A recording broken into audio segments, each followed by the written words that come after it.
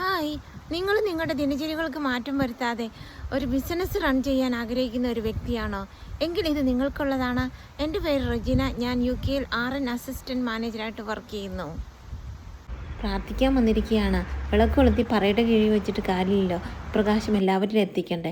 ഞാൻ എവിടെ പോയാലും എന്ത് ചെയ്യാലും എൻ്റെ ഒപ്പമുള്ള ഈ ബിസിനസ്സിനെ കുറിച്ച് നിങ്ങൾക്ക് പഠിക്കാൻ ആഗ്രഹമുണ്ടെങ്കിൽ എൻ്റെ വാട്സപ്പ് നമ്പറിൽ നിങ്ങൾ കോൺടാക്റ്റ് ചെയ്യുക. എനിക്ക് നിങ്ങളെ സഹായിക്കാൻ പറ്റുന്നതാണ്. രാത്രിയും പകലുമെന്നില്ലാതെ അധ്വാനിച്ച് ജീവിതത്തിൻ്റെ നല്ലൊരു ഭാഗം നഷ്ടപ്പെടുത്തി ഇനി എന്ത് ചെയ്യണമെന്ന് ചിന്തിച്ചുകൊണ്ടിരുന്ന ഒരു സാഹചര്യത്തിലാണ് ഞാൻ ഈ ബിസിനസ്സിലേക്ക് കടന്നു വന്നത്.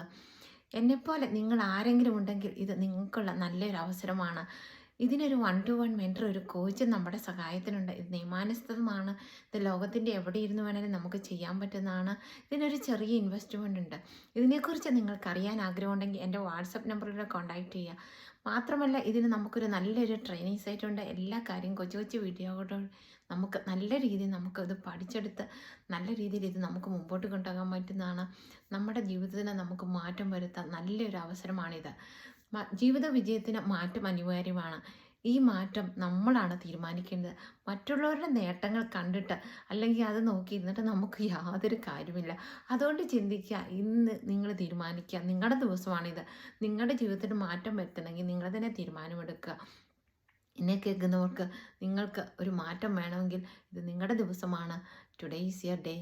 All the best and see you soon. അല്പം ഗാർഡനിങ്ങിലാണ്.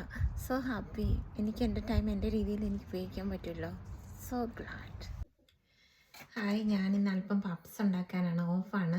കൂടുതൽ ജോലിക്കൊന്നും ഇപ്പം പോകുന്നില്ല. ഒത്തിരി സന്തോഷത്തിലാണ് ഈ ഒരു ബിസിനസ്സിൻ്റെ ഇതായതുകൊണ്ട്.